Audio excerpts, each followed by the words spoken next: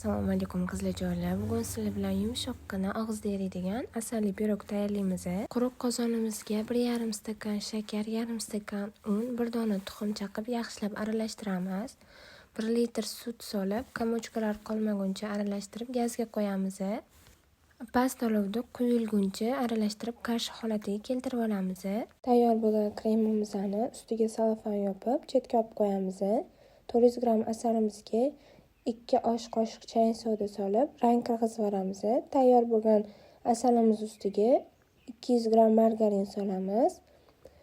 7 ta tuxumni oqidan sarig'ini ajratib, oqini qattiq bize holatiga kelguncha aralashtiramiz. 200 gram, 300 gram shakar solib, bir donadan tuxum sarig'ini solib aralashtirishda davom etamiz.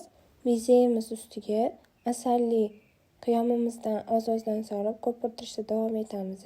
Tayyor bo'lgandan so'ng mikserimizni o'chirib, 4 stakan un solib, lopatka yordamida tepadan pastga qilib aralashtirib olamiz.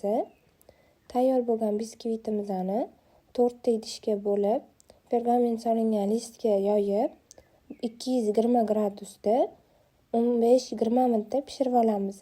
Biskvitlarimiz pishgandan so'ng 4 tala biskvitimizni chetini chiroyli qilib kesib, olib qo'ygan kremimizga 200 gram margarin, 200 gram qaymoq solib, yaxshilab ko'pirtirib olamiz.